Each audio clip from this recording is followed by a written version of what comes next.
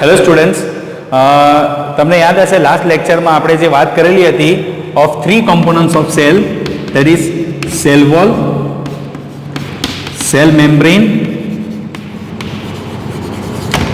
And nucleus, from which cell membrane આપણું થોડું ડિટેલમાં સ્ટાર્ટ કરેલું હતું and we studied about the CO2 and O2 diffusion in and outside of the cell.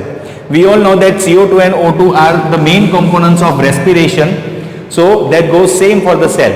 If a cell wants to respire, it takes in O2 and it breathes out CO2.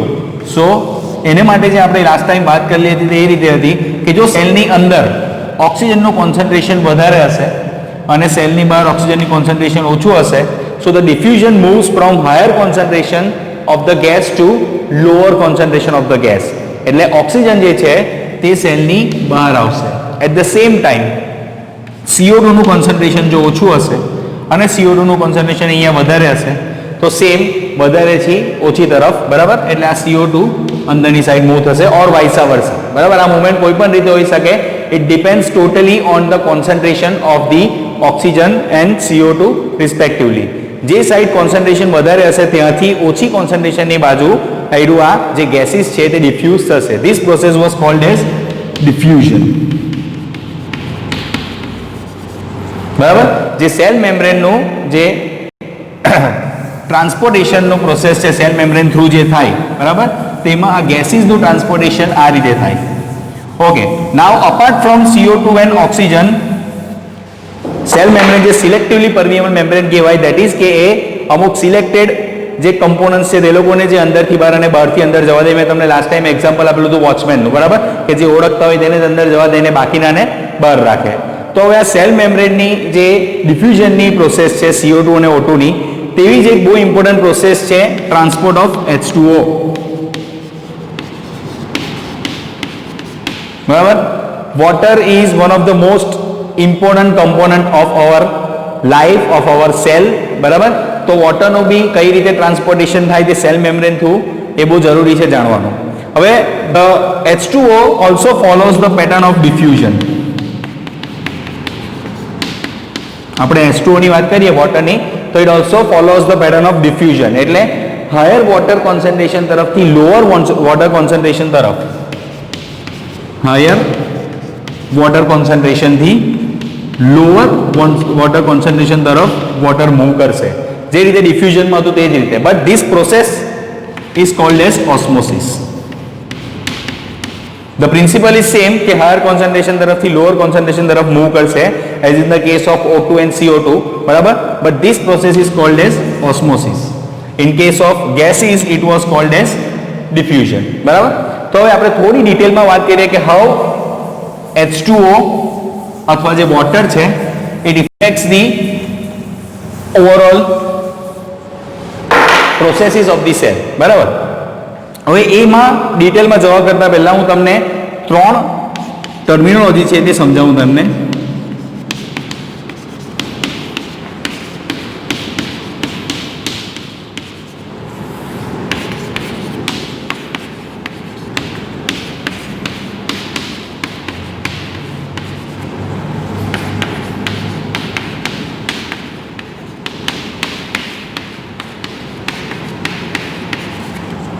Before moving into the transportation of water, કે water કઈ રીતે move કરે from inside the cell and outside the સેલની જે આપણે વાત કરતા છે, તે પહેલાં આપણે એક વસ્તુ સમજી લઈએ.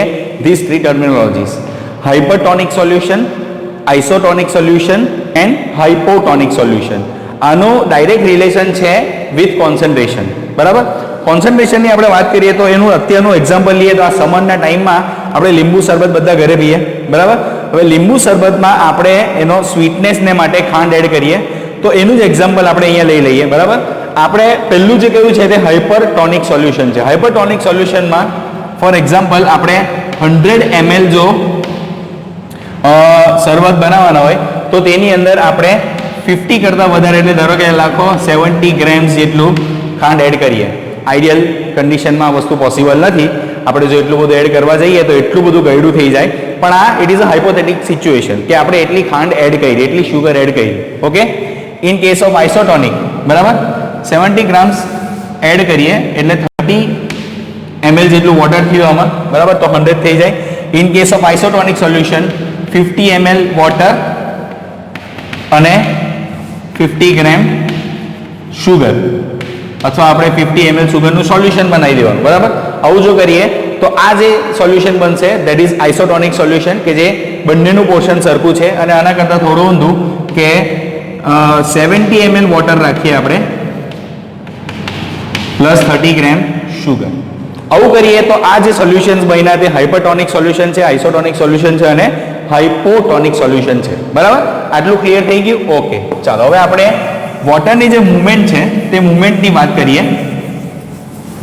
From inside the cell to outside and vice versa, કે બહારથી અંદર પણ કઈ રીતે આવે અને અંદરથી બહાર કઈ રીતે આવે. Imagine this is a cell, બરાબર. હવે આ સેલનું અંદર વોટરનું કોન્સન્ટ્રેશન H2O કોન્સન્ટ્રેશન આપણે એવું ઇમેજિન કરીએ કે ઇટ ઇઝ 70%, બરાબર. એનું જે સેલની અંદરનું કન્ટેન્ટ છે આપણે જે વાત કરીએ સાઇટોપ્લાઝમ, બરાબર. એ સાઇટોપ્લાઝમમાં વોટર કન્ટેન્ટ છે, એ વોટર કન્ટેન્ટનું કોન્સન્ટ્રેશન 70% છે. હવે સેલની આજુબાજુના એન્વાયરમેન્ટની વાત કરીએ તો લેટ્સ અઝ્યુમ ફર્સ્ટ થિંગ કે 30% જેટલું વોટર કોન્સન્ટ્રેશન બહાર છે. તો હવે કઈ જગ્યાએ હાયર કોન્સન્ટ્રેશન છે? સેલની અંદર. વોટરનું કોન્સન્ટ્રેશન ક્યાં હાયર છે? સેલની અંદર. તો હવે આ 70 માંથી જે વોટર હશે તે બહાર મૂવ કરશે ક્યાં સુધી? જ્યાં સુધી ઇક્વિલિબ્રિયમ નહીં આવી જાય, બરાબર. એટલે 70 પ્લસ 30 ની વાત કરીએ આપણે તો કેટલા થાય? 100. એટલે આનું કોન્સન્ટ્રેશન સેલની અંદર 50% થાય અને સેલની બહાર 50% થાય ત્યાં સુધી આ વોટર બહાર આવ્યા કરશે, બરાબર. એટલે આ જે આખી પ્રોસેસ છે તે ઓસ્મોસિસ થ્રુ થાય. કેમ? એટલે હાયર વોટર કોન્સન્ટ્રેશન તરફથી લોઅર વોટર કોન્સન્ટ્રેશન તરફ મૂવ થાય, બરાબર. આના સિવાય હજુ એક સિચ્યુએશન આપણે એવું વિચારીએ જે આના કરતાં એકદમ ઊંધી છે. લેટ્સ ઇમેજિન કે કોઈ વાર એવું થયું કે વોટરનું કોન્સન્ટ્રેશન સેલની અંદર 30% છે, બરાબર, અને સેલની બહાર કેટલું છે? 70%, બરાબર. તો આ કન્ડિશનમાં શું થશે? હાયર વોટર કોન્સન્ટ્રેશન તરફથી લોઅર વોટર કોન્સન્ટ્રેશન તરફ કરીએ તો અહીંયા આ અંદર જાય, બરાબર. પાણી અંદર જશે from outside the cell to inside the cell, બરાબર. આ રીતેની મૂવમેન્ટ થશે. એન્ડ ઇફ એવું થાય કે 50% કોન્સન્ટ્રેશન સેલની અંદર છે વોટરનું અને 50% કોન્સન્ટ્રેશન સેલની બહાર છે, તો ઇન ધીસ કેસ કોઈ પણ જાતની મૂવમેન્ટ થશે નહીં, બરાબર. અથવા થાય તો બી કેવું થાય કે જેટલા સેલની અંદર જાય વોટર મોલેક્યુલ્સ તેટલા જ સેલની બહાર આવે. એટલે ઓવરઓલ કોન્સન્ટ્રેશન હંમેશા 50 અને 50 જ રહેશે, બરાબર. આ ધીસ ઇઝ લાઈક આઇસોટોનિક સોલ્યુશનની વાત કરીએ છીએ, બરાબર. આ કેસમાં શું થાય? પાણી વધારે અંદર જાય એટલે સેલ કેવો થશે? સ્વેલ થશે, સ્વેલિંગ થશે, ફૂલશે સ્વેલ, બરાબર. સેલ કેવું થશે? ફૂલશે. ઇન ધીસ કેસ પાણી બહાર જાય છે. હજુ આના કરતાં વધારે બહાર જાય પાણી તો પછી સેલનું શું થાય? શ્રિંક થાય, બરાબર. એટલે આયુર્વેદ જે અંદરનું સાઇટોપ્લાઝમ છે તે આખું અંદર શ્રિંક થઈ જાય. કેમ? કારણ કે વોટર ખાસું એવું બહાર જતું રહેલું છે, બરાબર. એટલે આ જ બધા પ્રિન્સિપલ પર વોટરનું મૂવમેન્ટ થાય from inside the cell to outside the cell. આના બેસ્ટ એક્ઝામ્પલ જોઈએ આપણે રિયલ લાઈફમાં તો જેટલા બી પ્લાન્ટ્સ છે એ પ્લાન્ટ્સના રૂટ્સ આવે. This roots absorb the water from the soil.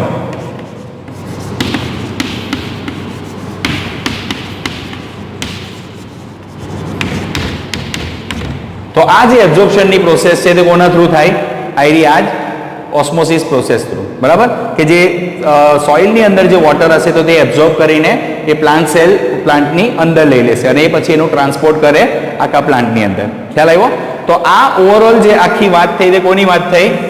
Cell મેમ્બ્રેનમાં વોટરના ટ્રાન્સપોર્ટેશનની. આજે આપણે સેલ મેમ્બ્રેનની વાત કરેલી. એ cell membrane is made up of two major compounds. Those compounds are lipids and proteins, બરાબર. આપણે ઘણીવાર છે ને બધી ફૂડ પ્રોડક્ટ્સ ને એવું લઈએ ને તો ફૂડ પ્રોડક્ટ્સમાં આપણે જોઈએ કે એના પર બધું લખેલું હોય કે એમાં ભાઈ પ્રોટીન આટલું છે, કાર્બોહાઈડ્રેટ આટલું છે, લિપિડ આટલા છે. તો તે જ આપણા જે ન્યુટ્રિશનના જે અમુક કોમ્પોનન્ટ્સ આવે તેમાંના જ કોમ્પોનન્ટ લિપિડ અને પ્રોટીનમાંથી આવ્યું આ જે સેલ મેમ્બ્રેન આપણું બનેલું હોય તેમાંથી મેજર પાર્ટ લિપિડનો હશે, પ્રોટીન થોડા ઓછા હશે, બરાબર. એનાથી આ સેલ મેમ્બ્રેન આપણું બનેલું હોય. નાઉ this lipid plus protein makes a structure which can change itself whenever the need arises. બરાબર. કોઈક વાર સેલને એવી જરૂર પડશે કે એના સ્ટ્રક્ચરમાં થોડો ચેન્જ કરવો પડે તો તે એની સાથે કરી શકે. That's why this is called as fluid mosaic structure, કે જે એનું સ્ટ્રક્ચર ચેન્જ કરી શકે. બરાબર. હવે આમાં જે આપણે પ્રોટીનની વાત કરી, આ તમને તમારા સિલેબસમાં નથી પણ આ ફોર જનરલ ઇન્ફોર્મેશન તમને જણાવું કે આ જે પ્રોટીન છે તે પ્રોટીનનું કામ શું છે ખબર? કે અમુક ન્યુટ્રિટિવ જે કમ્પોનન્ટ્સ છે તેનો અને વેસ્ટેજ મટીરિયલનો ઇન અને આઉટસાઇડ ટ્રાન્સપોર્ટ કરવા માટે યુઝ થાય. તો ઘણીવાર એવું થઈ શકે કે જે જગ્યાએ પ્રોટીન હશે એક્ઝેક્ટ તે જ જગ્યાએથી કોઈ પણ વસ્તુ એન્ટર કરવાની ટ્રાય નહીં કરશે. બરાબર. If this is the surface, આ સેલ મેમ્બ્રેન છે, બરાબર, અને પ્રોટીન અહીંયા છે, તો કોઈક વાર એવું થાય કે પેલું જે કમ્પોનન્ટ આવે તે અહીંયા બી આવે તો પ્રોટીન આયરા લિપિડના મોલેક્યુલ્સની વચ્ચેથી ખસીને અહીંયા સુધી આવી જશે અને પેલું જે કમ્પોનન્ટ આવતું હોય તો તેનાથી એ અંદર આવી જાય. બરાબર. તો એને માટે આયરું એનું સ્ટ્રક્ચર ચેન્જ કરવાની જરૂર પડે, જે વસ્તુ સેલ મેમ્બ્રેનમાં પોસિબલ છે. બરાબર. આ જે પ્રોસેસીસ છે અને આ જે સ્ટ્રક્ચર છે તે animal cell plus plant cells બંનેની અંદર આ વસ્તુ સેલ મેમ્બ્રેનનું જોવા મળે અથવા પ્લાઝ્મા મેમ્બ્રેનનું જોવા મળે. But in case of plant cells specifically, if we talk about only plant cells, then plant cells has an extra layer around the cell membrane which is called as the cell wall. This structure, the outermost layer in the plant cell is called as the cell wall. It is made up of special compound called as cellulose. It is a type of carbohydrate. It is a complex carbohydrate structure અને સેલ્યુલોઝમાંથી આવ્યું આ જે plant cell વોલનું structure બનેલું હોય. બરાબર. હવે જે રીતે આપણે પ્લાઝ્મા મેમ્બ્રેનની વાત કરી કે ફ્લુઇડ મોઝેઇક મોડેલ છે એટલે કે એનું સ્ટ્રક્ચર ચેન્જ કરી શકે છે. In this case cell wall cannot change its structure. બરાબર. સેલ વોલમાં કેવું છે? It is a rigid structure અને એના બી પોતાના બેનિફિટ છે. બીકોઝ ઓફ ધીસ રિજિડિટી એ શું કરશે? સેલને પ્રોટેક્ટ કરશે આઉટસાઇડ પ્રેશર પરથી. એટલે ઇન કેસ કોઈ વાર એવું થાય કે સેલની અંદર બહુ બધું પાણી આવી જાય, આપણે જે પેલા વોટરની વાત કરી, તો તે આ સેલ્સ જે છે પ્લાઝ્મા મેમ્બ્રેન એ સેલ વોલ પર પ્રેશરાઇઝ કરશે અને સેલ વોલ એ પ્રેશર સહન કરીને સેલને બર્સ્ટ નહીં થવા દે. In case of animal cells પાસે કોઈ પણ આવી સેલ વોલ નથી. So at such situation where water concentration is so high inside the cell gets burst અને દેટ મીન્સ કે એ સેલ કિલ જ થઈ જાય, મરી જાય. બરાબર. એ વસ્તુ આપણે પ્લાન્ટ સેલની અંદર નથી થતી because of the cell wall. બરાબર. ખ્યાલ આવ્યો? હવે નેક્સ્ટ લેક્ચરમાં આપણે આના સિવાયનો ત્રીજો કોમ્પોનન્ટ જે હતો ધેટ ઇઝ ન્યુક્લિયસ, બરાબર, એના વિશે ડિટેલમાં વાત કરીશું. ઓકે. હવે આ જે ટોપિક મેં આજે તમને એક્સપ્લેન કર્યા તેની તમારે નોટ્સ બનાવીને મને મોકલવાની છે. કંઈ પણ ડાઉટ હોય તો તમે વોટ્સએપ અથવા કોલ કરી શકો. Thank you.